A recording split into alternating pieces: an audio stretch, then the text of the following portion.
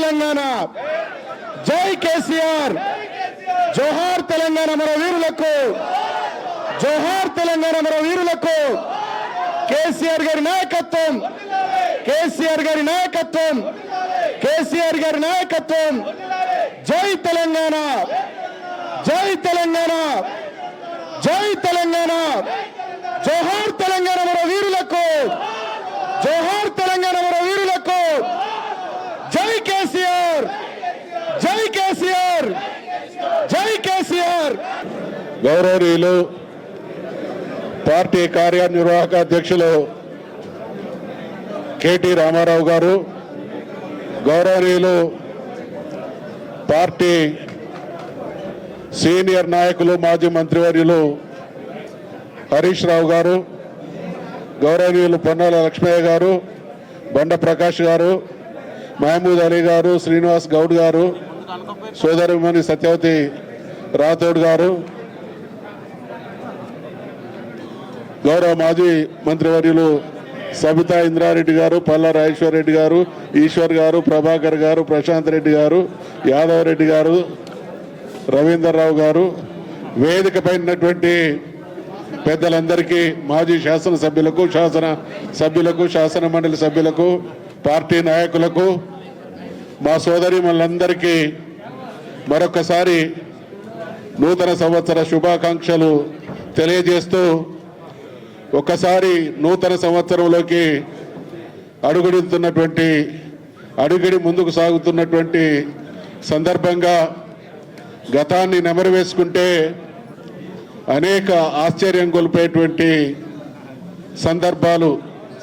2001లో తెలంగాణ రాష్ట్ర సాధన కోసం ఆవిర్భవించినటువంటి TRS party KCR గారి నాయకత్వాన 14 సంవత్సరాలు చరిత్రాత్మకమైనటువంటి పోరాటం చేసి అప్పటి వరకు తెలంగాణ అనేది, తెలంగాణ రాష్ట్ర సాధన అనేది ఒక కలగా మిగిలినటువంటి ఆ కలను నిజం చేయడం కోసం మన నాయకుడైనటువంటి కేసీఆర్ గారు 14 సంవత్సరాలు సుదీర్ఘ పోరాటం మనందరి భాగస్వామ్యంతో చేసి తెలంగాణ రాష్ట్రంలో ఉన్నటువంటి ప్రతి మనిషిని కదిలించి భారతదేశంలో ఉన్నటువంటి అత్యధిక పార్టీలను ఒప్పించి మెప్పించి వారి మనసులను చూరగొని స్వరాష్ట్రాన్ని సాధించుకున్న తర్వాత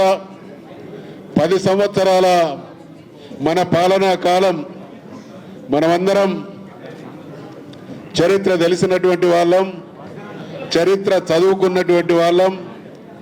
చరిత్రలో గుప్తుల కాలాన్ని స్వర్ణయుగంగా ఏ రకంగానైతే భావించడం ఈనాటికి ఆనవాయితో, భారతదేశ చరిత్రలో ఒక రాష్ట్రంలో స్వర్ణయుగం కొనసాగింది అనంటే అది తెలంగాణ రాష్ట్రంలో కేసీఆర్ గారి నాయకత్వాన్ని అనేటువంటి విషయాన్ని ఈ సందర్భంగా మనవి చేస్తా ఉన్నాం.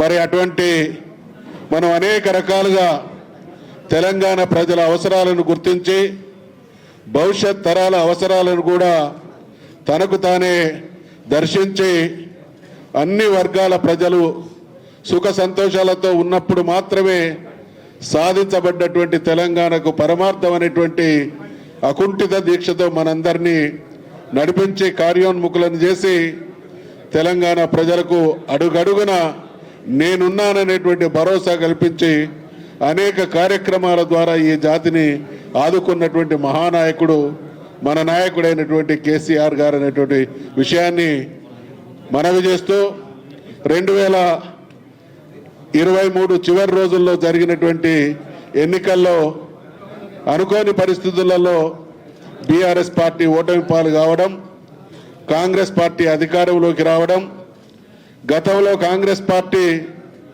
చరిత్ర సమస్తం 1956 నుండి 2014 వరకు ఏ సందర్భంలో ఏ అవకాశం వచ్చినా తెలంగాణ ప్రజల పట్ల విషం కక్కినటువంటి పార్టీ కాంగ్రెస్ పార్టీ. మరి అదే రకమైనటువంటి పరిస్థితి పునరావృతమవుతా ఉన్నది.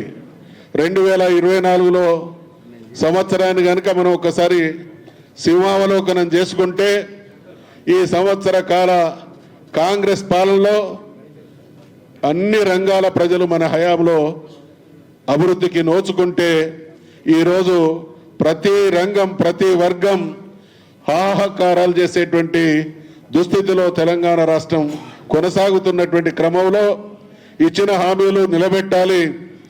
ప్రజల జీవితాల్లో పాలన అంటే వెలుగు నింపడం తప్ప కారు చీకట్లు కాదు అనే కోణంలో బీఆర్ఎస్ పార్టీకి సంబంధించినటువంటి మన యువ నాయకులతో పాటు మనమందరం అడుగడుగునా కాంగ్రెస్ ప్రభుత్వ నిర్వాకాన్ని, రేవంత్ ప్రభుత్వ దుర్మార్గాన్ని ప్రశ్నిస్తూ ఉంటే, చీల్చి చెండాడుతూ ఉంటే ప్రజల్ని మెప్పించలేక, మనం లేవనెత్తేటువంటి అంశాలకు సమాధానం చెప్పలేక ఈరోజు మరి అణచివేత అనేటువంటి దుర్మార్గపు వైఖరిని ఈ ప్రభుత్వం ఎంచుకొని బీఆర్ఎస్ పార్టీకి సంబంధించినటువంటి పెద్దల్ని ఇబ్బంది పెట్టడం ద్వారా, మానసికంగా ఆత్మవిశ్వాసాన్ని దెబ్బతీయడం ద్వారా రాజకీయ పబ్బం గడుపుకోవాలి, సమస్యల నుండి ప్రజల దృష్టిని మరల్చాలి అనేటువంటి వైఖరితో ముందుకు సాగుతున్నది. కానీ ఇదే కాంగ్రెస్ పెద్దలు, పార్టీలో ఉండేటువంటి నాయకులు గ్రహించాలి.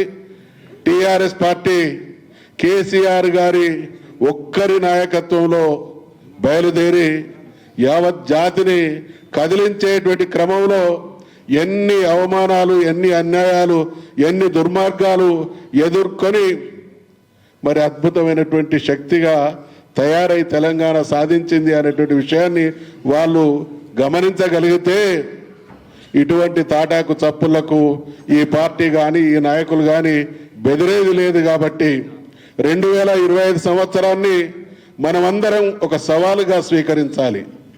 ఈ తెలంగాణ రాష్ట్ర సమితి బీఆర్ఎస్ అనేటువంటి కుటుంబం మీద ఈగ వాలిన ప్రతి ఒక్కరం ఒక వీరుల్లాగా ప్రతిఘటనకు సిద్ధమై ఉండాలి. నాయకులను కాపాడుకోవాలి, పార్టీ శ్రేణులను కాపాడుకోవాలి. ప్రభుత్వం ప్రజలకు ఇచ్చినటువంటి హామీలు అమలు కోసం ఇవాళ ఎందరినన్నా రేవంత్ రెడ్డి ప్రభుత్వాన్ని ఈ వేదిక నుండి డిమాండ్ చేస్తా ఉన్నాం, ఛాలెంజ్ చేస్తా ఉన్నాం. ఇక్కడుండే మా నాయకులందరినీ నువ్వు జైల్లో పెట్టినా పర్వాలేదు, కానీ నువ్వు ఇచ్చినటువంటి హామీలు నిలబెట్టకపోతే, అమలు చేయకపోతే ప్రజా కోర్టులో నీ సంగతి తేలుస్తామనేటువంటి విషయాన్ని మనవి చేసుకుంటూ ఈరోజు అపురూపమైనటువంటి మరి డైరీ ఆవిష్కరణ కార్యక్రమం జరిగింది. కార్యక్రమానికి వచ్చేసినటువంటి ప్రతి ఒక్కరికి హృదయపూర్వకమైనటువంటి అభినందనలు, ధన్యవాదాలు తెలియజేసుకుంటూ సెలవు తీసుకుంటున్నా. జై తెలంగాణ, జై కేసీఆర్.